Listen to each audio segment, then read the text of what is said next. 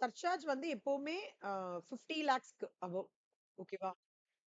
இதுல வந்து உங்களோட நியூ ரெஜிம்ல எப்படின்னா நியூ ரெஜிம்ல 50 லேக்ஸ்க்கு above. Health and education cess வந்து 4% ஆஃப் டாக்ஸ் லைபிலிட்டி. இப்ப வந்து ஓல்ட் டாக்ஸ் ரெஜிம்ல எப்படின்னா மூணா பிரியுது. சூப்பர் சீனியர் சிட்டிசன்ஸ்க்கு தனியா, சீனியர் சிட்டிசன்ஸ்க்கு தனியா, நார்மல் சிட்டிசன்ஸ்க்கு தனியா. பத்மா ஒரு குயிக்கா ஒரு ஒர்க்கிங் பண்ணுங்க பத்மா. நீங்க உங்களோட ரிலேட்டிவ் யாரோ சூப்பர் சீனியர் சிட்டிசன். ஓகே. அவங்களோட இன்கம் வந்து 15 லேக்ஸ். அப்போ அவங்களோட இன்கம் டாக்ஸ் என்னவா இருக்கும்? பார்த்தே பண்ணுங்க. Just calculation 15 15 15.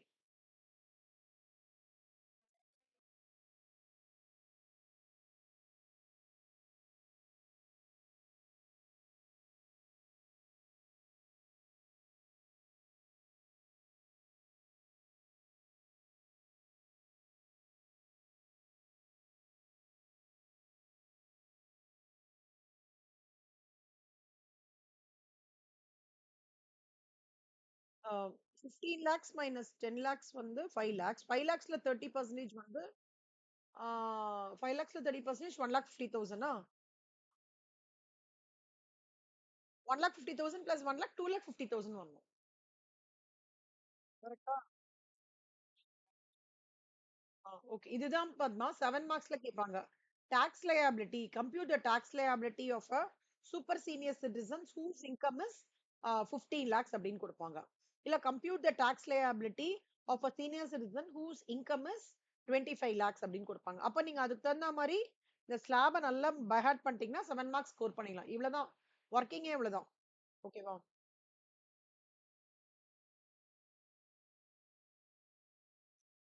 இப்ப வந்து ஓல்டு டாக்ஸ் ரெஜிம்ல ரிபேட் வந்து 100% of tax liability or 12,500 which ever is less.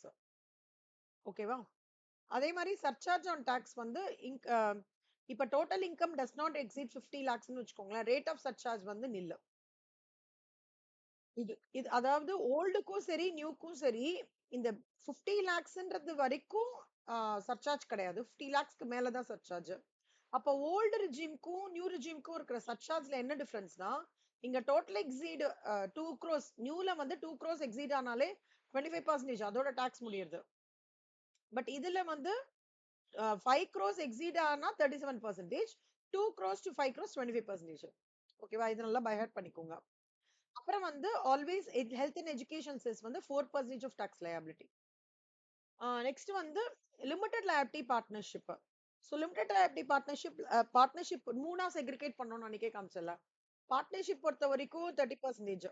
ஓகேவா? கம்பெனி பொறுத்த வரைக்கும் ரெண்டா பிரியுது. Domestic foreign. டொமஸ்டிக் வந்து 400 கோடிக்கு கீழே இருந்ததுன்னா 25%. எனி அதர் கேஸ் வந்து 30%. ஓகேவா?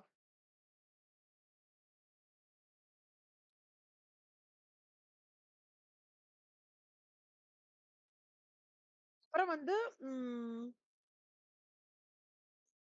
ஃபாரின் கம்பெனினா 35%. சர்சார்ஜ் வந்து 10 க்ரோஸ் இன்க்ரீஸ் பண்ண 10 க்ரோஸ் கிராஸ் ஆனாலே டொமஸ்டிக் 12%, ஃபாரின் கம்பெனிக்கு 5%. ஸோ இது ஞாபகம் வச்சுக்கோங்க பத்மா. இப்போ coming to harmonisation of significant economic presence. 3 விஷயம் பத்மா. எந்த இடத்துல அதாவது ஹார்மனைசேஷன்னா என்ன? Equal balance. Okay. Economic presence இருக்கு. ஓகே. அதே மாதிரி ஒரு பிசினஸ் கனெக்ஷன் ஓட ஒரு இன்கம் வந்து ஜெனரேட் ஆகுது. வேற அந்த இன்கம் வந்து it is basically by a non resident. சரியா? And but however his economic presence is in India and business connection is also in India and he does the transactions in India அப்படின்னா then அதோட conclusion என்ன அப்படின்னா அந்த income எல்லாமே இந்தியால accrue ஆன மாதிரி கிடையாது. புரியுதா? In the case of non-resident, no income shall be deemed to accrue in India when it is in the context of business connection in India or significant economic presence in India or any other transactions he is dealing with. அவனோடது இந்தியால இருந்து income drive ஆற மாதிரி கிடையாது. யாருக்கு? நான் resident. ஓகேவா? இப்ப அடுத்தது பாருங்க. Financial services centre and foreign portfolio investors அதை பத்தி பேச போறோம். ஒரு நான் ரெசிடென்ட் அவரோட transfer of any forward contract or any derivative or any income இதுவாகிறது, ஓகேவா, நான் ரெசிடென்ட்டுக்கு, ஓகேவா, with the alignment of financial international financial services centre or with alignment of foreign portfolio இன்வெஸ்டர்ஸா இருந்தாரு அப்படின்னா அவரோட இன்கம்ல இந்த particular shall not be included in the total income subject to the certain conditions as mean. C இதுல இருந்து வர இன்கத்தை அவரோட இன்கம்மா கன்சிடர் பண்ண வேண்டாம். ஓகேவா, நான் ரெசிடென்ட் வந்து அவரோட இன்கம்மா கன்சிடர் பண்ண வேண்டாம். அதே மாதிரி என்ன சொல்றாங்க, இப்ப வந்து ஒரு நான் ரெசிடென்ட், ஓகே, அவர் வந்து ஏர்கிராஃப்ட் லீசிங்ல எங்கேஜ் ஆயிருக்காரு. which aircraft leasing is basically approved by International Financial Services Center. Aircraft leasing மட்டும் இல்லாம submarine leasing, ship leasing எதுவா இருக்கட்டும், water transport, air transport ரெண்டுவா இருக்கட்டும் இருந்ததுன்னா அவருக்கு அந்த அந்த அந்த பிசினஸ் மூலமாக அவர் ஏதாவது ஷேர் வாங்கி அந்த ஷேரை செல் பண்ணி வர டிவிடெண்ட் கம்ப்ளீட்லி எக்ஸம்ப்டட். புரியுதா? அதாவது இது எப்படின்னா ஒரு ஹோலு, ஹோலுக்குள்ள ஒரு ஹோலு, அதுக்குள்ள ஒரு ஹோலு, அதுக்குள்ள ஒரு ஹோல். நல்லா கவனிச்சுக்கோங்க. ஒரு நான் ரெசிடென்ட் ஏர்கிராஃப்ட் லீசிங்கோ இல்ல ஷிப் லீசிங்கோ இல்ல சப்மரைன் லீசிங்லயோ அவரோட ஒர்க் இருந்தது அப்படின்னா that is basically approved by international financial services சென்டரா இருந்ததுன்னா அதன் மூலமா வர இன்கம் மூலமா ஷேர்ஸ் ஏதாவது வாங்கி அதுக்கப்புறம் அவர் அதை டிரான்ஸ்ஃபர் பண்றாரு அப்படின்னா அண்ட் அந்த ஷேர்ஸ் வாங்குற கம்பெனி இவங்களுக்கு டிவிடெண்ட் கொடுக்கறதா இருந்தா அது அந்த அமௌண்ட் எல்லாமே எக்ஸம்ப்டட். புரியுதா பத்மா? ம், ம். கேக்குறது. பத்மா, இங்க லீசிங்ன்றது வந்து ஏர்கிராஃப்ட் லீசிங்கும் சொல்லலாம், ஷிப் லீசிங் சொல்லலாம், சப்மரீன் லீசிங் என்ன வேணாலும் சொல்லலாம். அடுத்தது பாருங்க பத்மா, செக்ஷன் 10 சப்செக்ஷன் 10D ரொம்ப ரொம்ப இம்பார்ட்டன்ட். நம்ம வந்து லைஃப் இன்சூரன்ஸ் பாலிசி, ஓகேவா, அதன் மூலமா போனஸ் இன்க்ளூட் பண்ணி ஒரு சம் ரிசீவ் பண்றாங்க. அந்த சம் அந்த இன்சூரன்ஸ் பாலிசியை வந்து இன்டர்நேஷனல் ஃபினான்ஷியல் சர்வீசஸ் சென்டர் வந்து அப்ரூவ் பண்றாங்க. அந்த பாலிசிஸ்லாம் அப்ரூவ் பண்றாங்கன்னா தென் அந்த அமௌண்ட் வந்து எக்ஸம்ப்டட். ஓகேவா? ஆனா ஒருவேளை அந்த அமௌண்ட் வந்து 2.5 lakhs எக்ஸீட் ஆயிருக்கோ, யூலிப் 2.5 lakhs இன்க்ரீஸ் ஆனாலும் இல்ல லைஃப் இன்சூரன்ஸ் 5 lakhsக்கு மேல பிரீமியம் வந்தாலும் எக்ஸம்ஷன் கிடையாது. புரியுதா பத்மா?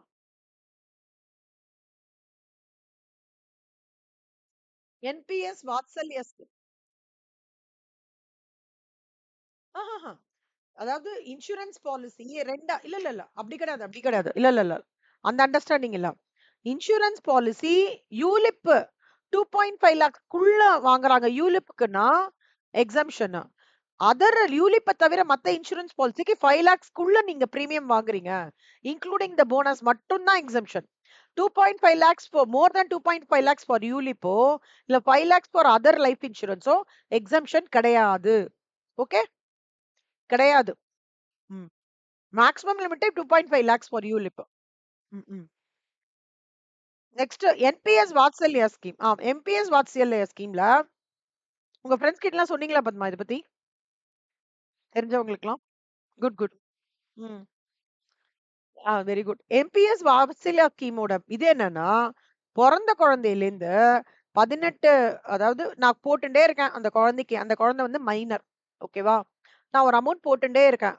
என்னோட அது வந்து மினிமம் அமௌண்ட் 1000 ரூபாயிலேருந்து ஆரம்பிக்கலாம், போட்டுட்டே இருக்கேன். அந்த குழந்தை என்ன பண்றதுன்னா 18 வயசுல அம்மா நான் வந்து யூஎஸ்ல போய் படிக்கணும்னு சொல்றது. அப்ப பெரிய அமௌண்ட் தேவைப்படுறது. அம்மா வந்து அந்த குழந்தையோட அமௌண்ட்ல இருந்து 25% கீழே வரைக்கும் கான்ட்ரிபியூஷன் வந்து எடுத்துட்டாங்க. அப்போ அந்த அம்மா அவங்களோட இன்கம்ல இந்த அமௌண்ட்டை காமிக்க வேண்டிய அவசியம் கிடையாது. ஓகே, அது எஜுகேஷனா இருக்கலாம், இல்னஸா இருக்கலாம், இல்ல ஏதாவது டியூ டு டிசபிள்மெண்ட் ட்ரீட்மெண்டா இருக்கலாம், என்ன வேணாலும் இருக்கலாம். சோ அந்த கண்டின்ஜென்சி சிச்சுவேஷன்ஸ்ல நான் பைசா எடுத்து அது 25% of total amount of contributions made by him or her exceed ஆகல அப்படின்னா pension fund regulatory and development authority act 2013 என்ன சொல்றதுன்னா அந்த அம்மாவோட இன்கம்லயோ அந்த அப்பாவோட இன்கம்லயோ அது இன்கம் காமிக்க வேண்டிய அவசியம் கிடையாது. It allows for a partial withdrawal and it is completely not expected to be part of the income of the concerned major. Okay. Next 1023 FE என்ன சொல்றதுன்னா, இப்ப வந்து ஒரு இன்கம் நான் ஜெனரேட் பண்றேன் பத்மா. ஒரு டிவிடெண்ட் மூலமாவோ, இல்ல எஃப்டில வர இன்ட்ரெஸ்ட் மூலமாவோ, இல்ல லாங் டர்ம் மூலமாவோ நான் இன் இண்டியால நான் இது பண்றேன் அப்படின்னா, அது எல்லாமே எக்ஸம்ஷன்ஸ். ஓகே. ஆனா யாருக்குன்னா ஸ்பெசிஃபைட் பர்சன்ஸ். இந்த ஸ்பெசிஃபைட் பர்சன்ஸ் யாருன்னா, sovereign wealth fund SWF, pension fund PF, இவங்களோட கண்டிஷனுக்கு உட்பட்டு கான்ட்ரிபியூஷன்ஸ் நடந்து அத ப்ராப்பரா central government through notification official கெசட்டும் அப்ரூவ் பண்றாங்கன்னா, அந்த மாரி மூலமாக வர இன்கமோ, அந்த மாரி வர மூலமா டிவிடெண்டோ, அந்த மாரி மூலம் வர்றது இன்ட்ரெஸ்ட்டோ, இல்ல லாங் டர்ம் கெயினோ கம்ப்ளீட்லி எக்ஸம் ஃப்ரம் டாக்ஸ். ஓகேவா? இது ஏன் வந்து இந்த எக்ஸம்ஷன்ஸ்லாம் குடுக்குறாங்க தெரியுமா பத்மா? இது எப்பவுமே ஞாபகம் வச்சுக்கோங்க. ஒரு விஷயம் வந்து இது வந்து த என்டையர் யூனிவர்ஸோட ரூல். ஒரு விஷயம் உங்களுக்கு நடக்கிறது அப்படின்னா, அதர் எண்ட்ல இருந்து அவங்களுக்கும் அதுல இருந்து ஏதோ ஒரு பெனிஃபிட் இருக்குன்னு அர்த்தம். கரெக்ட்டா? யாருமே வித்தவுட் பெனிஃபிட் வந்து கண்டிப்பா வந்து பண்ண மாட்டாங்க. ஓகே. சோ அதுதான் பத்மா. இந்த sovereign wealth fair, pension funds எல்லாம் வந்து அவ்ளோ ஒரு ஆமா என்ன சொல்றது வந்து என்ன சொல்றது? தங்க இது மாதிரி, புதையல் மாரி வச்சுக்கோங்களேன். கவர்ன்மெண்ட் ஆஃப் இந்தியாக்கு தங்க புதையல் மாரி. அதுல நான் இன்வெஸ்ட் பண்றேன்னா, எனக்கும் அதுல பெனிஃபிட் இருக்கு, கவர்ன்மெண்ட்டுக்கும் பெனிஃபிட் இருக்கு. ஓகேவா? சோ நெக்ஸ்ட் பாருங்க பத்மா. இப்ப இந்த கேபிட்டல் கெயின்ஸ் இருக்குல்ல பத்மா, இது வந்து ஆ specified persons முடிச்சிட்டோமா?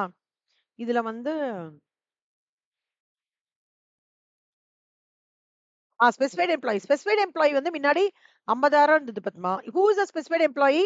Is an employee who holds more than 20% of the voting interest in the affairs of the organisation. Okay. முன்னாடி 50,000ன்றது இப்ப 4,00,000 இன்கிரீஸ் பண்ணிருக்காங்க. Medical facility outside India இருந்தேன்னா, இப்ப நானு ஒரு ஊருக்கு போறேன். என்னோட எனக்காகவையோ, இல்ல என் ஃபேமிலி மெம்பருக்காகயோ நான் ட்ரீட்மெண்ட்டுக்காக வெளியில போறேன் அப்படின்னா, அது வந்து எனக்கு பெர்குசைட் கிடையாது. எப்ப கிடையாதுன்னா, நான் என்னோட சேலரி வந்து 2,00,000க்கு ஆம், ஆமா. If my salary does not exceed 2 lakhs then it will not be treated as a perquisite. இந்த 2,00,000ன்றது வந்து இப்ப 8,00,000 இன்கிரீஸ் பண்ணிருக்காங்க. புரியுதா பத்மா? ஓகே. நெக்ஸ்ட் பாருங்க Padma. Annual value of the self occupied property. அதாவது நான் ஒரு ப்ராப்பர்ட்டி வாங்குறேன். அத வந்து நானே யூஸ் பண்ணிக்கிறேன். இல்ல அத வந்து பிசினஸ் ஆர் ப்ரொஃபஷனுக்கு நான் யூஸ் பண்ணியிருக்கிறேன் அப்படின்னா, ஆனுவல் வேல்யூ ஆஃப் சச் ப்ராப்பர்ட்டின்றது எப்பவுமே நில்லு. ஓகேவா? இது கொஞ்சம் ரொம்ப இம்பார்ட்டன்ட்டான ப்ரொவிஷன் பத்மா. நான் சொல்லி தரும்போது அப்ளை பண்ணலாம் அத. Capital asset. ஆ இது பத்மா. இத ஹைலைட் பண்ணிக்கோங்க. இது வந்து நம்ம போடும்போது அது பயங்கரமா யூஸ்ஃபுல்லா இருக்கும். இப்போ கேபிட்டல் அசெட்னா என்ன அர்த்தம் அப்படின்றத நான் இப்ப சொல்லப் போறேன். கேபிட்டல் அசெட்ன்றது என்னன்னா, ஏதாவது ஒரு ப்ராப்பர்ட்டி ஓகேவா? பிசினஸ் ஆர் ப்ரொஃபஷனுக்கு நீங்க யூஸ் பண்ணல. ஸ்டாக் அண்ட் ட்ரேடு எடுத்துக்க கூடாது. பர்சனல் அசெட்ஸ் எடுத்துக்க கூடாது. இந்த 3மே இல்லன்னா அதுக்கு பேர் கேபிட்டல் அசெட். ஓகேவா பத்மா? அதே மாரி FII securities held by foreign institutional investors. ஓகேவா? செபியோட அப்ரூவல் செபியோட மேற்பார்வையில எந்த செக்யூரிட்டியும் ஒரு ஃபாரின் இன்ஸ்டிடியூஷனல் இன்வெஸ்டர்ஸ் வந்து வாங்குறாங்க அப்படின்னா, அதுவும் கேபிட்டல் அசெட். ஞாபகம் வச்சுக்கோங்க. ஆம். Okay, virtual digital asset. What is virtual digital? That is the digital representation of the value. Okay, that relies on a cryptographically secure distributed ledger இருக்கலாம், which gets validated through a technology in terms of security of the transactions, whether or not included in the definition of a virtual digital. See, something it has a digital representation of value, Padma, but which is completely undertaken by the technological, it is technologically driven. இந்த virtual digital எல்லாமே technology எல்லாம் பத்மா. ஓகேவா? நீங்க ஏதாவது அந்த மாரி real life example உங்களுக்கு பார்த்திருக்கீங்களா பத்மா? Virtual digital asset. நீங்க ஏதாவது சைன் போட்டது அந்த ஆ, ஆ. அது ஒண்ணு. நீங்க சிக்னேச்சர் ஏதாவது டிஜிட்டல் சிக்னேச்சர் அப்படி அந்த மாரி. Super. Very good, very good. அதான். That's a very good example. ஓகேவா? அதான் வெர்ச்சுவல் டிஜிட்டல் அசெட். ஓகேவா? இப்ப வந்து யூனிட் லிங்க்டு இன்சூரன்ஸ் பாலிசி பத்தி படிக்க போறோம். 10, 10 ஏற்கனவே நம்ம படிச்சுட்டோம். ஆனா அதுல ஒண்ணு ஞாபகம் வச்சுக்கோங்க. ஆ கேப்பிட்டல் அதுலேருந்து எனக்கு வந்து அமௌண்ட் வருது எல்லாமே எக்ஸம்ப்டட் போனஸ சேர்த்து. ஆனா, ஏதாவது எனி ஆஃப் தி இயர்ஸ் வந்து 10% of the actual capital sum assured exceed ஆகக்கூடாது. அது ஞாபகம் வச்சுக்கோங்க. ஆக்சுவலா என்ன தெரியுமா பத்மா இதுல ப்ராப்ளமு? நம்ப டைரக்ட் டாக்ஸ்ல ஒரே ஒரு ப்ராப்ளம் நான் ஃபேஸ் பண்றது, ஒரு விஷயத்த எக்ஸ்பிளைன் பண்ணிடுவாங்க. அப்புறம் ஒரு 50 பேஜ் கழிச்சு அதே விஷயத்தோட ஒரு டிஸ்க்ளைமர் மாரி வேற ஒரு பேஜ்ல குடுப்பான். ஒரு கனெக்டிவிட்டி எங்கேயோ மிஸ் ஆன மாரியே இருக்கும். அது மட்டும் தான் கொஞ்சம் நான் இதுவா ஸ்டூடண்ட்ஸ்க்கு கொஞ்சம் இதுவா நான் ஃபீல் பண்றேன். கதை மாரியே நீ உன்னத்தோட சேர்த்து சொல்லிட்டேன்னா, உங்களுக்கு அப்படியே கோர்வையா உங்களுக்கு மைண்ட்ல போயிடும். திடீர்னு சொல்லிட்டு வேற எங்கேயோ திருப்பி எடுத்து அத பத்தி சொல்லும்போது, ஒரு டிஸ்கனெக்ட் வருது எப்பவுமே. அது மட்டும் நீங்க கொஞ்சம் பிரிட்ஜ் பண்ணிக்கோங்க பத்மா. ஓகே. கொஞ்சம் ஒரு லிட்டில் டிஸ்அட்வான்டேஜ் சொல்ல மாட்டேன். ஒரு small demerit of DD.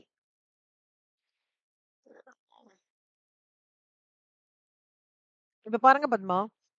Ah ULIP பத்தி பேசுறேன் பத்மா. யூலிப் வந்து ஆம் இட்ஸ் த கேபிட்டல் அசெட்.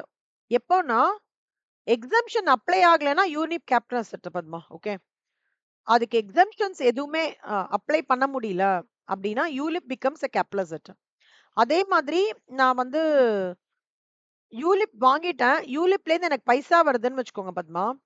ஆ அதுல எனக்கு சில எக்ஸம்ப்ஷன்ஸ்லாம் இருக்கு. அத நான் அப்ளை பண்ணிக்கலன்னா கேபிட்டல் அசெட். சிம்பிளா ஞாபகம் வச்சுக்கோங்களேன். ஒரு எக்ஸம்ப்ஷன் யூலிப்ல கிளைம் பண்ணலன்னா அதுக்கு பிகம்ஸ் a கேபிட்டல் அசெட். அவ்வளவுதான் சிம்பிளா சொல்லணும். ரொம்ப போட்டு குழப்பிக்க வேணாம். When the exemptions, whatever is applicable to ULIP is not availed, then it becomes then it is brought under the definition of a capital asset. அவ்வளவுதான். 47 subsection 7 AD. ஓகேவா? இதுல என்ன சொல்றாங்கன்னா பத்மா, ஆம், ஒரு ஷேர் ஹோல்டர் வந்து ஆ, ஒரு டிரான்ஸ்ஃபர் பண்றாரு. சேல் பண்றாரு. ஒரு அதாவது ரீலொகேஷன் ஆகும்போது ஏதோ டிரான்ஸ்ஃபர் நடக்கிறது ஆஃப் கேபிட்டல் அசெட். ஷேரா இருக்கலாம், இல்ல மியூச்சுவல் ஃபண்ட் யூனிட்ஸா இருக்கலாம், ஆர் இஸ் இன்ட்ரெஸ்ட். இப்போ இந்த complete transaction just because of relocation இந்த டிரான்ஸ்ஃபரை வந்து நான் வந்து I cannot take it as a transfer for the purpose of calculating capital gain அப்படின்னு சொல்ல முடியாது. அதாவது ஆஹ், ஒரு ஃபண்ட்லேருந்து ஒரு ஃபண்ட் மியூச்சுவல் ஃபண்ட் வச்சிருக்கீங்க. மியூச்சுவல் ஃபண்ட்ல நம்ம என்ன சொல்லுவோம்? யூனிட்ஸ் யூனிட்ஸ்ன்னு பேசிப்போம். கேள்விப்பட்டிருக்கீங்களா? எஸ்ஐபி போட்டிருக்கீங்களா பத்மா நீங்க? ஹலோ பத்மா. எஸ்ஐபி போட்டிருக்கீங்க. எஸ்ஐபில நீங்க அந்த ஸ்டேட்மெண்ட் பார்த்தீங்க அப்படின்னா யூனிட்ஸ்ன்னு வரும். மியூச்சுவல் ஃபண்ட் யூனிட்ஸ்ன்னு வரும். நெட் அசெட் வேல்யூ இவ்வளவு யூனிட்ஸ்ன்னு வரும். இப்ப இந்த யூனிட்ஸ நீங்க ட்ரான்ஸ்ஃபர் பண்றீங்க. ஜஸ்ட் பிகாஸ் ஆஃப் ரீலொகேஷனால ட்ரான்ஸ்ஃபர் பண்றீங்கன்னா, தென் அத வந்து கேபிட்டல் கெயின்ஸ் கால்குலேஷன்ல பியூர் ட்ரான்ஸ்ஃபர்ன்னு சொல்ல முடியாது. அத ஒரு சேல்ன்னு நான் சொல்ல முடியாதுன்னு சொல்றேன். வேற எதுவுமே இல்ல. அது இந்த ரிசல்டன்ட் ஃபண்டுன்றது இந்த ஃபண்டுன்றது யார் சொல்லுவாங்கன்னா, இந்த ஃபண்டு அப்படின்ற வேர்டே ஒரு அதுக்கு வந்து ஒரு ஒரு டீடைல் டெஃபினிஷன் இருக்கு பத்மா. அந்த ஃபண்ட வந்து இந்தியால தான் வந்து எஸ்டாப்ளிஷ் பண்ணியிருக்கணும். ஓகேவா? இந்தியால தான் அதோட சர்டிபிகேட் ரெஜிஸ்ட்ரேஷன் நடந்திருக்கணும். அந்த ஃபண்டிங்லயே நெறைய கிளாசிஃபிகேஷன் இருக்கு பத்மா. கேட்டகரி 1, கேட்டகரி 2, கேட்டகரி 3 அந்த மாரி இருக்கு. அண்ட் அது வந்து with alignment of international financial services சென்டரா நடந்திருக்கணும். அப்போ எப்பவுமே ஞாபகம் வச்சுக்கோங்க. ஒரு original funds relocation of original funds to the resultant fund is a tax neutral transaction. Padma இத மட்டும் அண்டர்லைன் பண்ணிக்கோங்க பத்மா. இது மட்டும் அண்டர்லைன் பண்ணிக்கோங்க. the relocation of original funds okay to அதாவது இது இது கிட்டத்தட்ட எப்படி தெரியுமா பத்மா? நம்ம ஒரே ஆர்கனைசேஷன்ல வேற வேற டிபார்ட்மெண்ட்ல மாறுற மாரி. ஒரே ஆர்கனைசேஷன்ல வேற வேற டிபார்ட்மெண்ட் மாறினா நம்மளோட இது மாறுமான்னு நம்மளோட பேரோல் அந்த நம்மளோட ஷெல் நம்பர் எல்லாம் அந்த மாதிரி தான். அதாவது ஒரு ஐஎஃப்எஸ்சின்ற ஒரு அம்பரலாக்குள்ள ஒரு ஃபண்ட்ல இருந்து இன்னொரு ஃபண்ட் தான் மாத்திருக்கோம். ஜஸ்ட் பிகாஸ் ரீலொகேஷன் மாத்திருக்கேன்னா அங்க வந்து அத வந்து நான் டாக்ஸ்க்கு it's it's it's completely away from my tax and அத நான் வந்து ஒரு கேபிட்டல் கெயினுக்காக ஒரு டிரான்ஸ்ஃபர்ன்னு நான் சொல்லக்கூடாது. சொல்றது தப்பு அப்படின்றாங்க. ஓகேவா பத்மா? ஆ, இது எல்லாமே இந்த இது எல்லாமே பத்மா செபியும் இன்டர்நேஷனல் ஃபினான்ஷியல் சர்வீஸ் சென்டரும் சேர்ந்து இதெல்லாம் வந்து முடிவு பண்ணிருக்கு. ஓகேவா? Padma there is a concept called as ETF. கேள்விப்பட்டிருக்கீங்களா? ETFன்ற வேர்ட் எங்கேயாவது நீங்க கேள்விப்பட்டிருக்க ETF ட்ரேடட் ஃபண்ட்ஸ். ETFன்றது என்னன்னா பீஸ்ன்னு சொல்லுவாங்க பத்மா. பீஸ்ன்னு சொல்லுவாங்க. Nifty BeES, bank BeES, gold BeES, silver BeES. I will show you.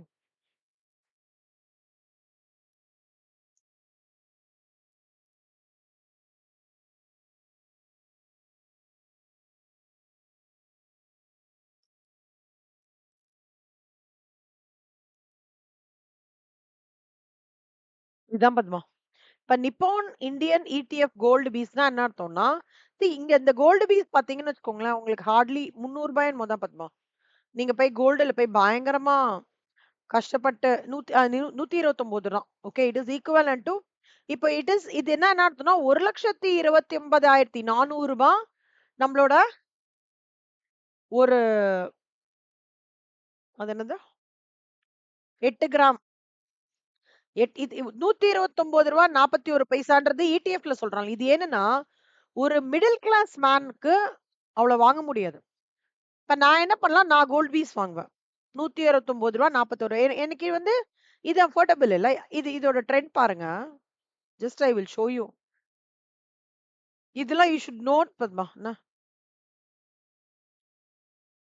I will show you something very important.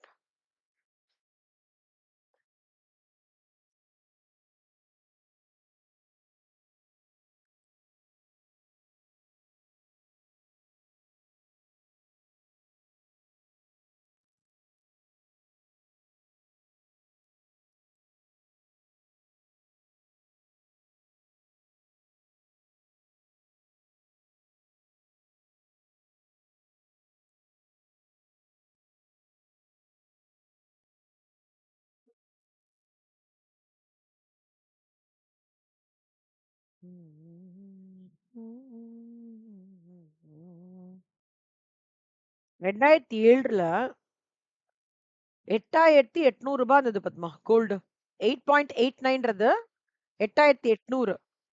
இப்ப என்ன அது விலை? 1,25,000 சம் லாட். அப்போ 2007க்கும் இதுக்கும் ஹியூஜ் அப்ரிசியேஷன். என்னால இப்ப வாங்க முடியாது. ஆனா நான் இப்ப கோல்டு பீஸ்ல போட்டுட்டே வரேன்னு வச்சுக்கோங்களேன். சே ஃபார் சாய் பிரக்ஞாக்கு ₹131 என்கிட்ட ₹1,00,000 இருக்குன்னா, நான் ஒரு 10 யூனிட் வாங்குறேன்னு வச்சுக்கோங்களேன். 10 யூனிட்ல சாரி 100 யூனிட் வாங்குறேன்னு வச்சுக்கோங்க. இப்போ இந்த கண்டிப்பா 131ன்றது வந்து temporary things are happening with regard to gold. Gold is always a good investment. Another 15 yearsல I might anticipate this to go minimum 170க்காவது போகும் இல்லையா? என்னால இப்போ ₹1,31,000 கொடுக்க முடியாது. ஆனா இந்த ETFs ஓட அட்வான்டேஜ் என்னன்னா, நீ ஏன் கோல்டு வாங்குறதுக்கு அவ்வளவு கஷ்டப்படுற? வெறும் ₹129.38 தானே. பீஸ்ல வாங்கி போடு. ஒரு 100 யூனிட் வாங்கி போடு. ₹180 போகும்போது உனக்கு நல்ல ஒரு பிரிட்ஜ் கிடைக்கும். அப்படியே போட்டேன்னா அப்படியே உங்க பொண்ணுக்கு நீங்க அப்படியே அத இன்வெஸ்ட்மென்ட்டா குடுத்துடலாம். இந்த ETF ஓட அட்வான்டேஜ் என்னன்னா, யாருக்கெல்லாம் பெரிய அமௌண்ட்ட கோல்ட்ல இன்வெஸ்ட் பண்ண முடியாதோ, அதே மாரி சில்வருக்கும் அதேதான்.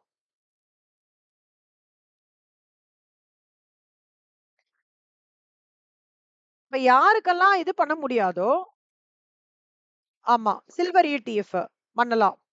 யாருக்கெல்லாம் ரொம்ப பண்ண முடியாது, இப்ப நீங்க பாருங்களேன்.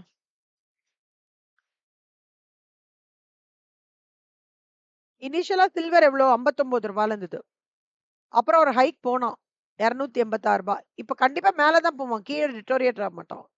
இப்ப என் கையில வந்து நான் வந்து ஒரு ₹10,00,000 வச்சிருக்கேன் பத்மா. சில்வர்ல நான் போறேன்னு வச்சுக்கோங்களேன். எனக்கு கண்டிப்பா அடுத்த 10 இயர்ஸ்ல வொர்ஸ்ட் சினாரியோ கண்டிப்பா அவன் ₹270 போவான். நான் 10 வருஷம் சும்மா சொல்றேன். அப்போ எனக்கு இங்க ETFலால என்ன அட்வான்டேஜ்? ஒரு மிடில் கிளாஸ் பெர்சனால நான் வந்து பெருசா என்னால இன்வெஸ்ட் பண்ண முடியலனாலும், at least I can invest in ETF and see a very, very, very minimum return of income of 9% more than FD. கரெக்ட்டா? அதுதான் பத்மா இந்த ETFஸோட அட்வான்டேஜ். ஓகே. இப்ப எல்லாரும் யாரும் போய் தங்க மாளிகை Energy Development Agency. Padma Padma ஒரே நிமிஷம் பத்மா. சாரி பத்மா. ஒரே நிமிஷம்.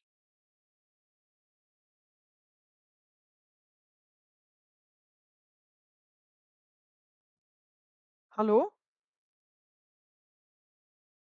Hello hello. கேக்குது மேம், சொல்லுங்க மேம். ஆமாமா, ஆமா மேடம். சொல்லுங்க மேடம்.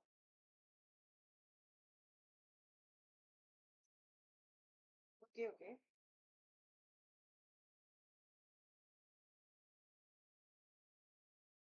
ஷூர், ஓகே, நான் சொல்றேன் மேம், கண்டிப்பா.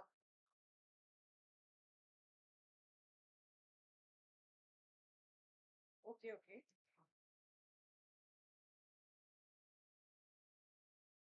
ஷூர் மேம், கண்டிப்பா மேம், ஷூர் மேம், நான் சொல்றேன் ma'am. Okay ma'am. Thank you so much ma'am.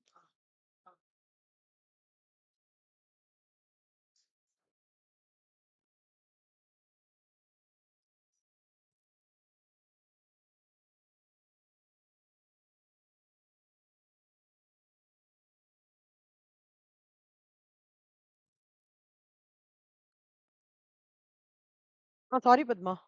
So இதுதான் பத்மா. இப்ப அடுத்தது வந்து இந்தியன் ரெனியூவபிள் எனர்ஜி டெவலப்மெண்ட்ல 54 ஈஸி என்ன சொல்றாங்கன்னா, ஆஹ் இது வந்து லாங் டர்ம் அசர்ட் ஸ்பெசிஃபைட் அன்னைக்கு சொன்னேன்ல, ரெனியூவபிள் எனர்ஜி வந்து எப்படி வந்து நம்மளுக்கு ஃபியூச்சரே அதுதான். ஃபியூச்சரே என்ன, go green, no more of carbon emission, use the solar energy to the extent possible, solar panels வாங்கி, அப்புறம் வந்து no more usage of petrol diesel, அதுக்கு ஏதாவது வந்து பிளான் பி வந்து பார்த்துட்டு இருக்காங்க.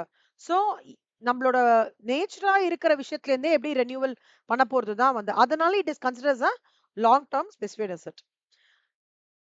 இதுல வந்து காஸ்ட் இன்ஃப்ளேஷன் இண்டெக்ஸ்னு ஒரு கான்செப்ட் பத்மா. என்னன்னா அது வந்து இண்டிகேட்டர் மாதிரி பத்மா. 376 2024-25ல வந்து ஐ திங்க் 310 ஏதோ இருந்தது. அந்த மாதிரி இன்ஃப்ளேஷனுக்குன்னு சொல்லிட்டு ஒரு இண்டிகேஷன்ஸ் மாதிரி கொடுத்துருக்காங்க. அதாவது என்ன கணக்குன்னா 2001 2002ல 100 ரூபான்னு நம்ம சொல்ற ஒரு விலை இப்ப அது 376 ரூபான்னு இருக்காம். அதுதான் இதோட மீனிங். புரியுதா உங்களுக்கு? காஸ்ட் இன்ஃப்ளேஷன் இண்டெக்ஸ்னா என்ன அர்த்தம்னா 100 ரூபான்னு நான் 2001 2002ல சொன்ன ஒரு விஷயம் இப்ப அதோட வேல்யூ வந்து 376 ரூபான்னு ஆயிருக்கு அப்படின்றது இண்டிகேட் பண்றதா அந்த cost inflation index with respect to 100க்கு ஈக்குவலன்ட் பண்றாங்க. ஓகே. நெக்ஸ்ட் வந்து டிவிடெண்ட்ன்ற கான்செப்ட். ஆ ஜெனரலா டிவிடெண்ட்ன்றது என்னன்னா ஒரு share holder as a part of appreciation when they are extremely progressing well, they are being given a dividend. அப்போ செக்ஷன் 2 சப்செக்ஷன் 22E என்ன சொல்றதுன்னா ஒரு டிவிடெண்ட்ல அதுல வந்து ஒரு அட்வான்ஸ் இல்ல ஒரு லோன் ஷேர் ஹோல்டர் ஒரு கம்பெனிக்கு கொடுக்குற மாதிரி நம்ம ட்ரீட் பண்ணிட்டாலும் ஓகேவா, சப்போஸ் அந்த ஷேர் ஹோல்டருக்கு 10% ஆஃப் voting ரைட்க்கு கீழே இருந்தாலோ இல்ல அந்த ஷேர் ஹோல்டர் வந்து பார்ட்னரா இருந்தாலோ இல்ல ஷேர் ஹோல்டருக்கு வந்து சப்ஸ்டான்ஷியல் இன்ட்ரெஸ்ட் இருந்தாலோ ஓகேவா, ஆஹ் என்ன எனி எனி அதாவது என்ன ஒரு பார்ட் ஆஃப் அமௌண்ட் வந்து கம்பெனி வந்து அந்த ஷேர் ஹோல்டருக்கு கொடுத்தாலும் டிவிடெண்ட்ன்றது வந்து செக்ஷன் 2 சப்செக்ஷன் 22E எதை வேணாலும் சொல்றான் அப்படின்றாங்க. முன்னாடி டிவிடெண்ட்னா என்ன தெரியுமா பத்மா, என் கம்பெனி நல்லா ப்ராக்ரஸ் ஆகுது, நான் வந்து என் கம்பெனியோட ஷேர் பிரைஸ் தான் இன்க்ரீஸ் ஆகல, but as a part of ஒரு மோட்டிவேஷனுக்காக கொடுக்குற அமௌண்ட் டிவிடெண்ட்ன்றது. ஆனா இப்ப என்ன டிவிடெண்ட்னா என்ன சொல்றாங்கன்னா கம்பெனி வந்து ஒரு அட்வான்ஸ் மாதிரி கொடுக்குறாங்க, ஓகே, ஒரு ஷேர் ஹோல்டருக்கு இல்ல லோன் மாதிரி கொடுக்குறாங்க, அதையும் டிவிடெண்ட் டெஃபினிஷன்ல இன்க்ளூட் பண்ணிட்டாங்கன்னு சொல்றாங்க. புரியுதா Padma? Some redefinitions have happened in the um, meaning of dividend. It is like this Padma. இப்ப வந்து லைக் வந்து சில சில விஷயங்களை வந்து சில கான்டாக்ட்ஸ்க்கு கீழே முன்னாடி இல்ல அத கான்டாக்ட்ஸ் கீழே இன்க்ளூட் பண்ணிருக்காங்கன்னு சொல்லுவாங்கல்ல. அந்த மாதிரி தான். சில மீனிங் வந்து அவுட் சைட் த பர்வியூவா இருந்தது. இப்போ அது இன்க்ளூட் அந்த மாதிரி டிவிடெண்ட்ன்றது கோரா வந்து it is basically appropriation of ப்ராஃபிட்னு சொல்லியிருந்தாங்க. பட் இப்போ என்ன சொல்றாங்கன்னா, it is not only appropriation of profit, it is also a sum equivalent to a advance given by a company to a share holder or a loan given by a company to a share ஹோல்டர்னு சொல்லலாம். அவர் வந்து beneficial 10% voting பவருக்கு கம்மியா இருந்தாலும் பரவாயில்ல, இல்ல அவருக்கு வந்து சிக்னிஃபிகண்ட் இருக்கா இல்லையான்றதும் பரவாயில்ல, இல்ல அவர் வந்து பெனிஃபிஷியல் ஓனரா இருக்கா இல்லையான்றது பரவாயில்ல, அது வந்து ப்ராப்ளம் கிடையாது. as far as கம்பெனிக்கு வந்து நல்ல அக்யூமுலேட்டட் ப்ராஃபிட்ஸ் இருந்தது அப்படின்னா, டிவிடெண்ட் டெஃபினேஷனுக்குள்ளேயே நான் இந்த அப்ரோப்ரியேஷன்ஸ் ஆஃப் ப்ராஃபிட்ஸ்ன்ற மீனிங்கையும் இன்க்ளூட் பண்ணிப்பேன், அட்வான்ஸையும் இன்க்ளூட் பண்ணிப்பேன், லோனையும் இன்க்ளூட் பண்ணிப்பேன் அப்படின்னு சொல்றது தான் இந்த செக்ஷன் 2 சப்செக்ஷன் 22E ஓட டிவிடெண்டோட definition as approved by International Financial Services Center. ஓகேவா பத்மா? சூப்பர். சாப்பிட்டீங்களா? ஏன் பத்மா? சரி சரி, ஓகே. ஏன் பத்மா டல்லா இருக்கீங்க? ஓ, சரி சரி. ஓ ஓ டிசம்பர் பேப்பர் கண்டிப்பா ஈஸியா தான் இருக்கும். ஏன்னா சிலபஸ் ஸ்விட்ச் ஓவர் பண்ணும்போது அவங்க கண்டிப்பா ஈஸியா தான் பண்ண போறாங்க. அதனால we will materialize it. ஓகேவா? சோ பத்மா, டிவிடெண்டோட மீனிங் இதுதான் பத்மா. ஃபர்ஸ்ட் இது ஓகே, 2 சப்செக்ஷன் 22 எல்லாமே இதுதான். அப்புறம் இதுல வந்து பாத்தீங்கன்னா, நேஷனல் சேவிங் ஸ்கீம்ஸ் என்எஸ்எஸ் இருக்கு பத்மா. 80CCAல ஒரு எக்ஸம்ஷன் வந்து குடுத்துருக்காங்க. இண்டிவிஜுவலுக்கு இண்டு அன்டிவைடட் ஃபேமிலிக்கு நான் என்எஸ்எஸ்ல போட்டேன்னா எனக்கு ஒரு எக்ஸம்ஷன் இருக்கு. எனி அமௌண்ட் ஒரு இண்டிவிஜுவலோ இல்ல ஹெச்எஃப்ஓ என்ன என்எஸ்எஸ்ல அமௌண்ட் போட்டாலும் எக்ஸம்ஷன் இருக்கு. ஆனா அந்த எக்ஸம்ஷன் யாருக்கு இல்ல அப்படின்னா, அமௌண்ட் வந்து 1/4/1992க்கு அப்புறம் it is also provided no deduction would be allowed in relation to such amount on or after 1/4/1992க்கு அப்புறம் அந்த நோ டிடக்ஷன் வந்து would be allowed. அது வந்து in relation to such an amountன்னு கொடுத்திருக்காங்கல்ல, அது இப்ப கீழே படிக்க போறோம் எதுன்ட்டு. Okay, where amount together with the interest accrued on such amount credit to the assessee under the scheme. அதாவது என்எஸ்எஸ்ல போட்டுட்டே இருக்கணும் பத்மா. ஓகே, நான் திடீர்னு வந்து ஒரு ஒரு அமௌண்ட்ட திடீர்னு வித்ட்ரா பண்ற மாதிரி ஒரு சூழ்நிலை ஆயிடுச்சுன்னு வச்சுக்கோங்களேன். அந்த மாதிரி டைம்ல and whether it is completely not as per the conditions whatever is given by central government. In between நான் withdrawal பண்ணும்போது and that withdrawal வந்து doesn't go through the provisions of the central government அப்படின்னா, then அந்த அந்த டைம்ல மட்டும்தான் அந்த withdrawal வந்து exemption கிடையாது. ஓகேவா? மத்த மத்த சினாரியோஸ் எல்லாமே வந்து எக்ஸம்ஷன் உண்டு. இங்க பாத்தீங்கன்னா, provisions has been sunset from 1/4/1992. The amount taxable on withdrawal or those which are deposited in the financial year 1991 and earlier on which deduction has, அதாவது 1992க்கு முன்னாடி நான் அந்த அந்த பர்ட்டிகுலர் எலமெண்டோட எக்ஸம்ஷனை நான் முன்னாடியே கிளைம் பண்ணியிருந்தேன்னா ஒருவேளை அப்போ மட்டும் அந்த எக்ஸம்ஷன் வந்து வித்ராவலா இருக்கும். ஓகேவா? ஒருவேளை அந்த சிச்சுவேஷன் இல்லாம இருந்ததுன்னா, exemption will be given to the withdrawals by individuals from national saving scheme from the taxation point of view.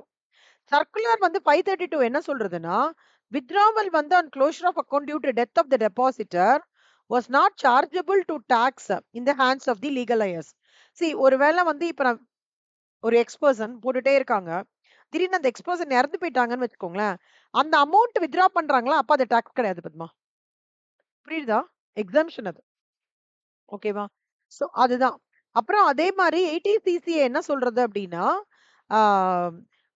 Exemption வந்து வித்ராவல்ஸ்க்கு கண்டிப்பா உண்டு. ஓகேவா? ஒருவேளை 1992க்கு முன்னாடி அதுக்கான எக்ஸம்ஷன்ஸ் ஏதாவது எடுத்துட்டோம்னா அப்ப மட்டும் எக்ஸம்ஷன் கிடையாது. பட் அதுக்கப்புறம் எக்ஸம்ஷனே நான் எடுக்கவே இல்ல, ப்ராப்ளமே இல்ல அப்படின்னா, நான் அந்த எக்ஸம்ஷன் அதுலேருந்து வர எடுக்கிறப்ப ஒரு அமௌண்ட் வித்ராவல் வந்து ஃபுல் எக்ஸம்ஷன் அப்படின்னு சொல்றாங்க. அப்புறம் 80CCDல இந்த என்பிஎஸ் வாத்சல்யா ஸ்கீம் இருக்குல்ல, அதுல எக்ஸம்ஷன் பத்தி பேசுறாங்க பத்மா. அதாவது இது 2024ல தான் லான்ச் பண்ணாங்க. ஓகே. இப்ப எம்பிஎஸ் வாத்சல்யா ஸ்கீம் வந்து 2024ல தான் லான்ச் பண்ணாங்க. பேரண்ட்ஸ் அண்ட் கார்டியன்ஸ் வந்து அவங்க சில்ட்ரனுக்காக நேஷனல் பென்ஷன் பெர்ஷன் வந்து பண்ணிக்கலாம். இது வந்து மெயினா மைனர்ஸ்க்காகவும், கார்டியனுக்காக கார்டியன் ஆப்பரேட் பண்ற மாரி அவங்க மெஜாரிட்டி வரைக்கும் அவங்க வந்து பண்ணிக்கலாம். சப்போஸ் 18 வயசு ஆயிடுத்துன்னா, இந்த மைனரோட இது வந்து கார்டியன் வந்து அந்த மைனர்ன்ற ரோல்லேருந்து இந்த சைல்டு வந்து மேஜருக்கு வரும்போது, NPS tier 1 account all citizen model NPS tier 1 account all citizen மாடல்ல வந்து இந்த அமௌண்ட் வந்து ட்ரான்ஸ்ஃபர் பண்ணிடுவாங்க. எது? இந்த என்பிஎஸ் வாத்சல்யா ஸ்கீமோட அமௌண்ட்ட என்பிஎஸ் டயர் 1 அக்கவுண்ட்ன்ற அதாவது சிட்டிசன் மாடல் அக்கவுண்ட்ல ட்ரான்ஸ்ஃபர் பண்ணிடுவாங்க. இப்ப பாருங்க பத்மா, இப்ப இதுல நான் என்பிஎஸ் ஸ்கீம்ல நான் டாக்ஸ் பெனிஃபிட் எனக்கு எக்ஸ்டெண்ட் பண்ணணும் அப்படின்னா, there are certain rules Padma. என்னன்னு பாருங்களேன். A deduction to be allowed to the parent guardian's total income of the amount paid or deposited in account of the minor to the maximum 50,000. 50,000 வரைக்கும் இப்ப நான் வந்து எனக்கு இப்பதான் குழந்தை பிறந்திருக்கு பத்மா. நான் வந்து இந்த ஸ்கீம்ல நான் பைசா போட்டுட்டே இருக்கேன். 18 வயசு வரைக்கும் 2 விஷயம் அதுக்கு. 18 வயசுல நான் வித்ட்ரா பண்றேன்னா, அது என்னோட இன்கம்ல காமிக்கணும்ன்ற அவசியம் இல்ல. ஏற்கனவே படிச்சது. அதே மாதிரி இப்ப வந்து இந்த இது என்ன சொல்றதுன்னா, நான் பண்ணிட்டே இருக்கேன். அப்ப 18 வயசு கேச்சு அந்த அக்கவுண்ட்ட வந்து இந்த என்பிஎஸ் டயர் 1 அக்கவுண்ட்ல மூவ் பண்ணிடுவாங்க. 3வது விஷயம்னா, நான் வந்து ரூ. 50,000 வரைக்கும் அதுக்கான எக்ஸம்ஷன கிளைம் பண்ணிக்கலாம். NPS Vatsalya account. ஓகேவா? அது ஒண்ணு. அப்புறம் அ ஓகேவா? இப்ப வந்து இந்த deduction has been allowed or any amount accrued will be charged to tax when the amount is withdrawn in the case where the deposit was made in the account of a minor. இது வந்து இப்ப amount வந்து withdraw பண்றாங்க அப்படின்னா, அந்த மாரி டைம்ல ஒரு எக்ஸம்ஷன் நம்ம பார்த்தோம்ல, மறந்து போச்சு.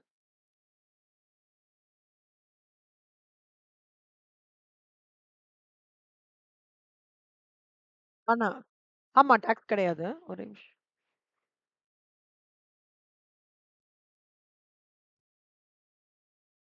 அதாவது 25% வரைக்கும் இருக்கிற வரைக்கும் அவங்க டாக்ஸ் கிடையாது பத்மா. 25% க்குள்ள அவங்க அந்த கான்ட்ரிபியூஷன் எடுத்தாங்கன்னா, அவங்க டோட்டல் இக்கத்திலே காமிக்கவே வேண்டாம். ஒண்ணே ஒண்ணு படிச்சோமே. ஆ பிரீமியம் பேயபிள் வந்து இல்ல, இல்ல. இது சாரி. இல்ல, இல்ல. Okay, okay. அது வேற.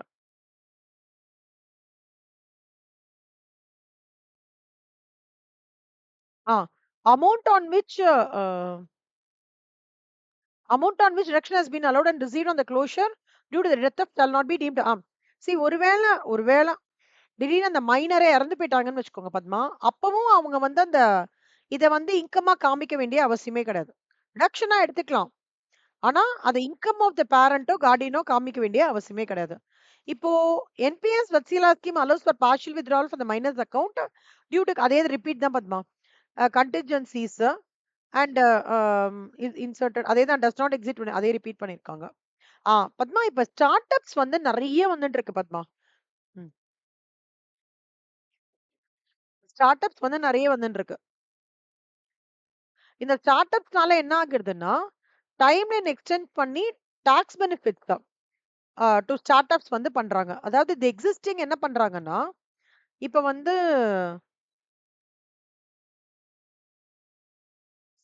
ஒரு எலிஜிபிள் பிசினஸ் ஓகேவா? இதுலேருந்து ப்ராஃபிட் வருது பத்மா. எனக்கு ரூ. 10,00,000 ப்ராஃபிட் வருதுன்னு வச்சுக்கோங்களேன். எக்ஸாம்பிள். இப்ப அந்த ப்ரொவிஷன் இங்க எப்படி அப்ளை ஆகுதுன்னு பாருங்களேன்.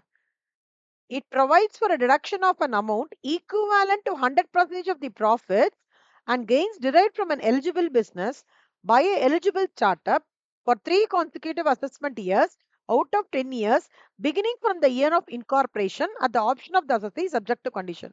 அதாவது எனக்கு ஒரு ப்ராஃபிட்ஸ் வருது. அந்த ப்ராஃபிட்ஸ வந்து 3 வருஷம் பத்மா. எனி 3 வருஷம். 10 அசஸ்மென்ட் இயர்க்கு எனி 3 வருஷத்துக்கு நான் வந்து அத கம்ப்ளீட்டா வந்து டிடக்ஷனா காமிச்சுக்கலாம். ஓகேவா பத்மா? ம். ஆ ப்ராஃபிட்ட ஃபுல் டிடக்ஷனா காமிச்சுக்கலாம். அதாவது இட் ஹஸ் பீன் அமெண்டட் திருப்பி என்ன அமெண்ட் பண்ணியிருக்காங்கன்னா, 10 வருஷம் ஃபார் ஸ்டார்ட் அப்ஸ் கரெக்ட். இது வந்து 10 வருஷம் மட்டும் கிடையாது.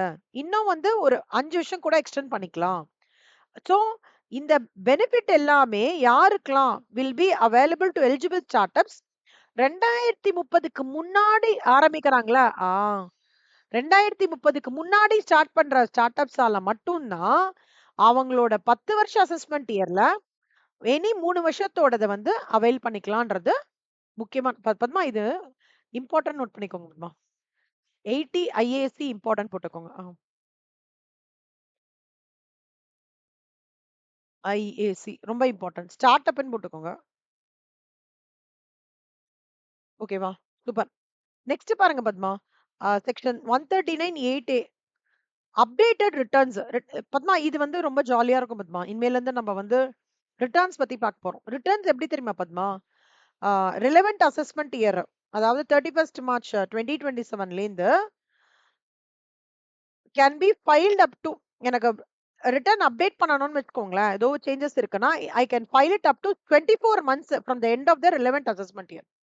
24 மாசத்துக்குள்ள அதாவது அசஸ்மெண்ட் இயர்ல இருந்து 20 அரஸ்மெண்ட் முன்னாடி 24 மாசத்துக்கு முன்னாடி ஒரு ரிட்டர்ன் எனி ரிட்டர்னை வந்து நான் அப்டேட் பண்ணிக்கலாம். இது வந்து இந்த ரிட்டர்ன் அப்டேட் பண்றதுனால என்ன ஆகுறதுன்னா அவங்களே அவங்கள தப்பா வந்து அண்டர்ஸ்டாண்ட் பண்ணி இன்கம் டாக்ஸையும் 25% அவங்களே அதாவது நானே என் தப்ப நான் சாரி நானே வந்து தப்பு பண்ணிட்டேன் நானே வந்து ரிட்டர்ன்ஸ் அப்டேட் பண்றேன் அப்படின்னு சொல்லிட்டு அவளே வாலண்டரிலேயே பண்ணும்போது சரி நீயே உன் தப்பா ஐடென்டிஃபை பண்ணிட்ட ஒன்றும் பிரச்சனை இல்லை அப்போ ஒரு additional income tax of 25% of aggregate tax மட்டும் பே பண்ணிடுன்னு சொல்லிட்டு ஒரு ஒரு ரிலாக்ஸேஷன் மாதிரி கொடுக்கறது பத்மா. புரியுதா? இப்ப வந்து கரெக்ட். இல்ல பண்ணிட்டேன் பத்மா. ரிட்டர்ன் ஃபைல் பண்ணிட்டேன். ஆனா நான் தப்பா பண்ணிட்டேன்றது எனக்கு தெரியுது. எங்கேயோ ஒரு தில்லுமுல்லு வேலை பண்ணிட்டேன். அதான் பத்மா இதோட நோக்கமே. எக்ஸ்டெண்ட் பண்ற நோக்கமே. 139 சப்செக்ஷன் 8 என்ன சொல்றதுன்னா, நீ தப்பு பண்ணிட்ட. ஆனா நீயே ரியலைஸ் பண்ற. அப்ப நீ அப்டேட்டட் ரிட்டர்ன் பண்ணிக்கோ. ஆனா அதுக்கு டைம் லிமிட் என்ன? எண்ட் ஆஃப் ரிலவென்ட் அசஸ்மென்ட்க்கு முன்னாடி 24 மாசம். ஓகேவா? நீ அப்படி பண்ணேன்னா 25% அடிஷனல் இன்கம் டாக்ஸ் நீ பே பண்ணி ஆகணும். இப்போ இங்க பாருங்க பத்மா, இப்ப வந்து என்னோட ஆ 12 மாசம் நான் ஃபைல் பண்ணதுலேருந்து 12 மாசம் கழிச்சு 24 மாசக்குள்ள இருந்ததுன்னா, இந்த 50% அடிஷனல் இன்கம் டாக்ஸ் பண்ணியாகணும் பத்மா. இல்ல 12 மாசத்துக்குள்ளேயே நான் பண்ணிட்டேன்னா, அப்போ 25% அக்ரிகேட் டாக்ஸ் பே பண்ணணும். புரியுதா? 2 ஸ்லாபா பிரியுது. சரி, ஒரு நிமிஷம் பத்மா. இது இன்னும் கொஞ்சம் கிளியரா சொல்றேன். இது வந்து ஒரு 3 மார்க்ஸ்ல வரும் பத்மா. கேஸ் ஸ்டடி மாரி குடுப்பாங்க. ஒரு ஆள் இப்படி பண்ணிட்டான். ஆனா ஹி ஹிம்செல்ஃப் வந்து noticed that he has done it wrongly. மொத்தமா 24 மாசம் வரைக்கும் டைம் பத்மா. அவனே அவன திருத்திக்கிறதுக்கு. ஓகே. அவன் அத ஐடென்டிஃபை பண்ணிட்டு, அதாவது 12 மாசத்துக்குள்ளயே அவன் ஐடென்டிஃபை பண்ணி திருத்தின்ட்டான் அப்படின்னா, 25% டாக்ஸ். இல்ல 12 மாசத்துலேருந்து 24 மாசம்க்குள்ள அவனோட தப்ப ஐடென்டிஃபை பண்ணிட்டான்னா, அப்படியே டபுள் 50% அக்ரிகேட் டாக்ஸ். அண்ட் இன்ட்ரெஸ்ட்டும் பே பண்ணணும். பட் இதுவும் கிராஸ் ஆச்சுன்னா, he will be penalised with a heavy amount in terms of lakhs and sometimes sentenced to imprisonment also. ஓகேவா? வெரி, வெரி நோட் பண்ணிக்கோங்க. அதாவது சில விஷயங்கள்லாம் பத்மா, நீங்க அப்படியே தியரியா படிச்சுக்கணும்னு அவசியம் இல்ல. இந்த மாரி குட்டி, குட்டி டேபுலர் காலம், டேபிளு, அப்புறம் வந்து கீவேர்ட்ஸ் எடுத்து படிக்கிறது. மைண்ட் மேப்பிங் மாரி சொல்லுவாங்க. ஒரு ஒரு ஒரு சின்ன ஒரு ஒரு ஒரு கரு தான் இருக்கும். அந்த கருவுலேருந்து அப்படியே டெவலப் பண்ணி ஃபோட்டோகிராஃபிக்கு இதுலேருந்து செயின் இப்படி இருக்கும். செயின் மெத்தட் ஆஃப் ரீடிங்ன்னு சொல்லுவாங்க. ஒரு பாயிண்ட் ஒரு கரு இருக்கும். அந்த கரு அப்படியே ஓகே அதுக்கு கனெக்டடா இது, அதுக்கு கனெக்டடா இது. அப்ப முந்தின ஸ்டெப்க்கு கனெக்டடா அடுத்த ஸ்டெப், இந்த ஸ்டெப்க்கு கனெக்டடா அடுத்த அப்படியே வச்சு படிக்கிறதுலாம் கூட there is a ways of reading. So அந்த மாரிலாம் நீங்க படிச்சீங்கன்னா, யூ வில் ஃபைண்ட் ஒரு மாரி டிஃபரெண்ட்டா டெய்லி பத்த குழம்பே சாப்பிடாம, அரைச்சு விட்ட சாம்பாரு, தேங்காய் அரைச்ச குழம்பு, அப்புறம் பருப்பு குழம்பு, மோர் குழம்புன்னு சாப்பிடுறது இல்லையா? அந்த மாரி.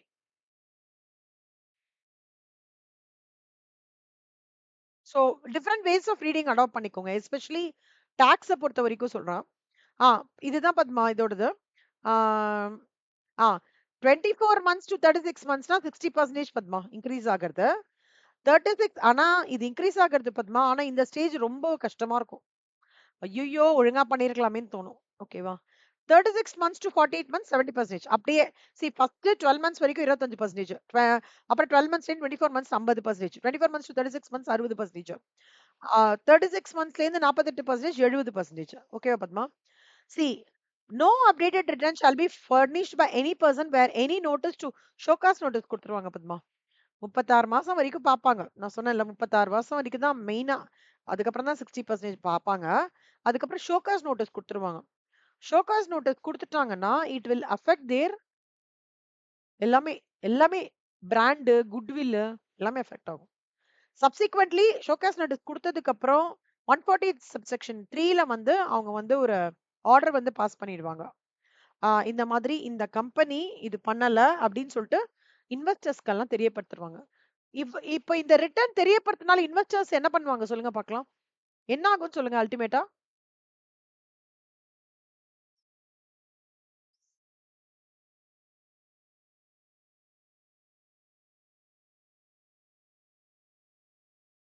நான் இந்த சிச்சுவேஷன் சொல்றேன். இந்த மாதிரி ஒரு சிச்சுவேஷன் கேட்பாங்க.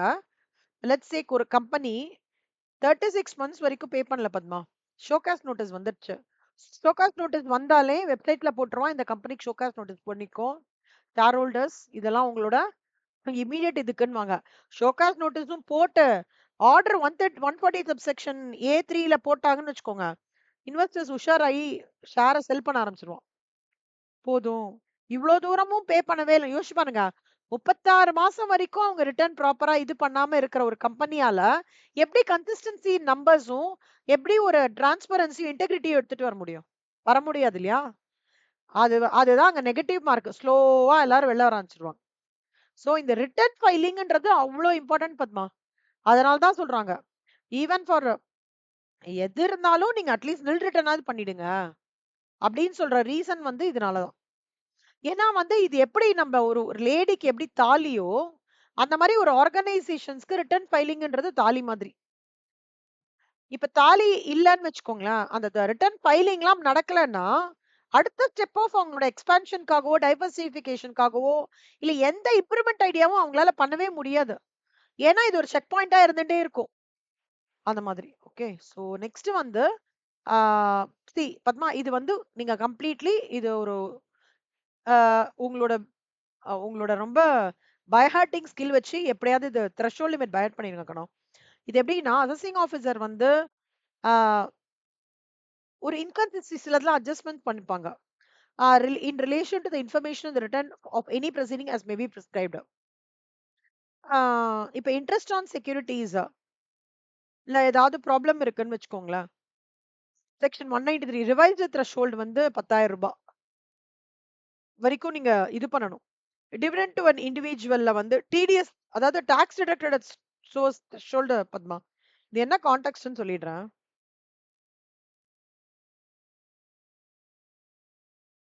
டிடிஎஸ் த்ரெஷோல்ட் லிமிட் வந்து இப்ப இன்க்ரீஸ் பண்ணிருக்காங்க.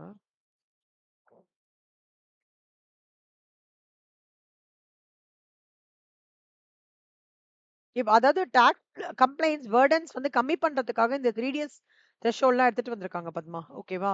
இப்போ அந்த மாதிரி தான் இதுதான் ஆனா ரீசன் பத்மா. நம்மளோட சப்ளிமெண்டரி போட்டிருக்கிறது தான் ரீசன். இன்ட்ரெஸ்ட் ஆன் செக்யூரிட்டிஸ்னா அதுக்கு 10,000. ஓகேவா? டிவிடெண்ட் டு அன் இண்டிவிஜுவல்னா 10,000. இல்ல பேங்க் போஸ்ட் ஆஃபீஸ்லாம் 50,000 ஃபார் சீனியர் சிட்டிசன்ஸ்னா 1,00,000.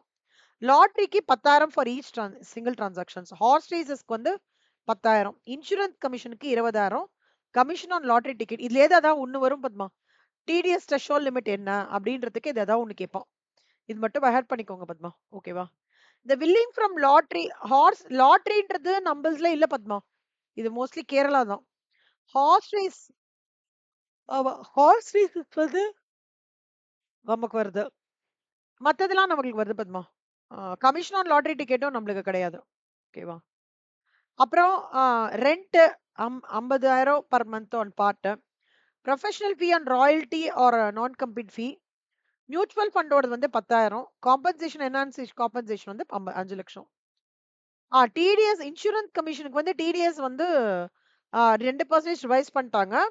இன்வெஸ்ட்மெண்ட் இன் செக்யூரிட்டிக்கு 10% பண்ணிட்டாங்க. பத்மா இது ஃபாரஸ்ட் ப்ரொடியூஸ் இதோட முடிக்கிறோம் நம்ம. ஃபாரஸ்ட் ப்ரொடியூஸ்க்கு வந்து டிசிஎஸ் வந்து ஒரு சேல் ஆஃப் குட்ஸ், அதாவது ஒரு ம், இப்போ ஒரு பெரிய ஏரியா கூர்க் இருக்குன்னு வச்சுக்கோங்க பத்மா. கூர்க்கோட பெரிய ஏரியா ஃபாரஸ்ட் லீஸ் எடுத்திருக்காங்கன்னா, அதுல இருந்து வர டிம்பர் எடுத்திருக்காங்கல்ல, அதுக்கு 2.5% வந்து டிசிஎஸ் வந்து பே பண்ணும். ஃபாரஸ்ட் லீஸ தவிர எந்த டிம்பர்னாலும் பத்மா, எனி அதர் ஃபாரஸ்ட் இது டென்டு லீவ்ஸ்னா என்னன்னு தெரியும்ல உங்களுக்கு? இதான் tent leaves.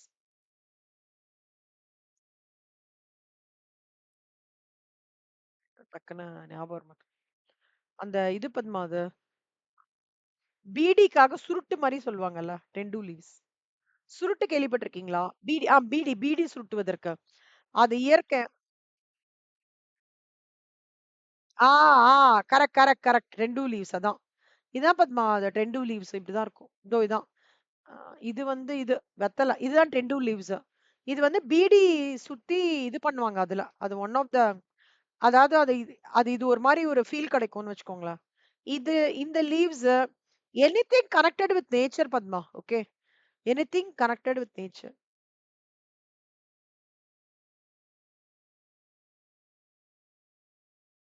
Anything connected with nature. Any other forest produce.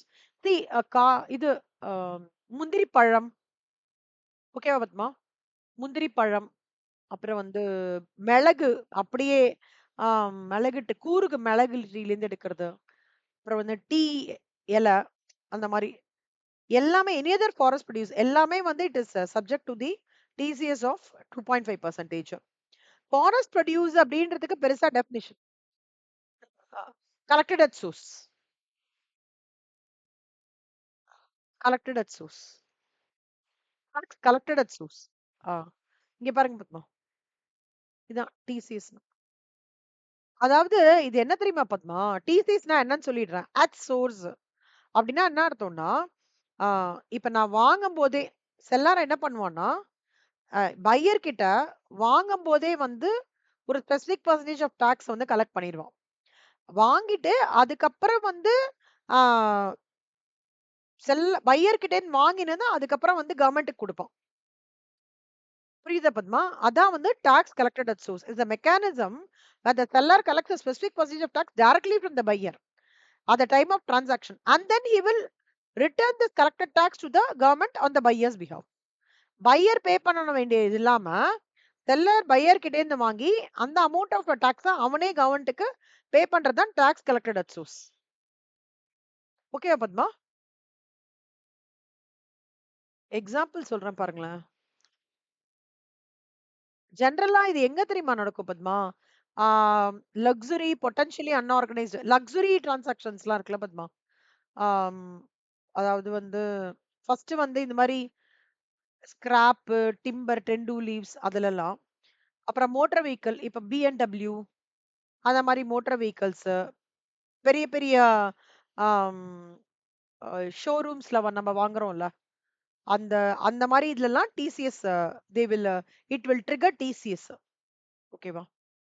நிறைய இருக்கு பத்மா ஆக்சுவலா இங்க பாருங்களேன்.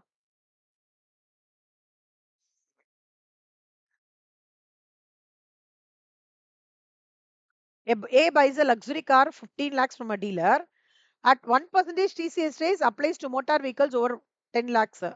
Dealer collects 15,000 as TCS from A கிட்ட இருந்து வாங்கிட்டு ஏவும் வந்து 15 lakhs 15,000 டீலர் கிட்ட பே பண்றான். டீலர் அப்புறம் 15,000 கவர்மெண்ட் கிட்ட கொடுத்துருவான். புரியுதா பத்மா? ஃப்ளோ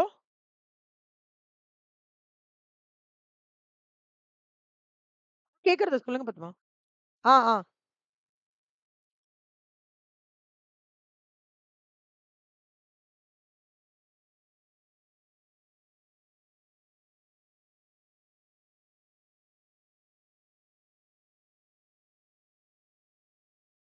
லக்ஸுரி குட்ஸ் எல்லாத்துக்குமே அப்ளிகபிள் பத்மா. இப்ப டைமண்ட் ரிங் வாங்குறீங்க. ஆமா எல்லாத்துக்குமே டிசிஎஸ். வந்து இப்ப வந்து BMW வந்து ஹை எண்ட் கார். ஆ ஆமா ஜிஎஸ்டி போடுவாங்க. டிசிஎஸும் வரும். அதாவது இது எப்படின்னா Padma, it is a deal between wholesaler and retailer predominantly. இப்ப டைமண்ட் அந்த மாதிரி நெக்ஸ்ட் ஆப்ஷன். ஆமா. பல்க்கா வாங்குறான்ல. இப்ப டைமண்ட் மொத்தமா பல்க்கா வாங்குறாங்க. அவன்கிட்ட வந்து இது அவன் அதாவது செல்லர் என்ன பண்ணிருவான் அப்டின்னா, பையர் கிட்டயே யார் வாங்குனோ அவன்கிட்ட டிசிஎஸ் புடிச்சுட்டு, அந்த போர்ஷன் ஆஃப் டிசிஎஸ் அப்புறம் இவன் கவர்மெண்ட்க்கு வந்து பே பண்ணுவான். இது mainly applicable for luxury goods Padma. அதே மாரி சாராயம், டிம்பரு, ஸ்கிராப் இருக்கும்ல, அந்த டஸ்ட்ன்னு சொல்லுவாங்களே அது. அதுக்கப்புறம் இந்த டென்டு லீவ்ஸு, ஆ ப்ரிஷியஸ் மெட்டல்ஸ், ஆம் மினரல்ஸ், லைம்ஸ்டோன் அந்த மாரி மினரல்ஸ்லாம் இருக்கும்ல பத்மா. அதெல்லாம் பல்க்கா வாங்கி 10,00,000க்கு மேல பத்மா. 10,00,000க்கு மேல, மேல. 10,00,000க்கு மேல. ஓகேவா பத்மா? 10,00,000க்கு மேல இருக்கிறது எல்லாமே வந்து பல்க்கா இப்ப 10,00,000க்கு மேலன்னா, நான் 10,00,000 மேல வாங்க மாட்டேன். நான் கொஞ்சமா தான் வாங்குவேன். ஆனா ஹோல்சேலர் டூ ரீட்டெய்லர் ரிலேஷன்ஷிப் இருக்குல்ல, அங்க தான் இந்த டிசிஎஸ் பயங்கரமா அப்ளிகபிள் ஆகும். ஓகேவா? ஆமா.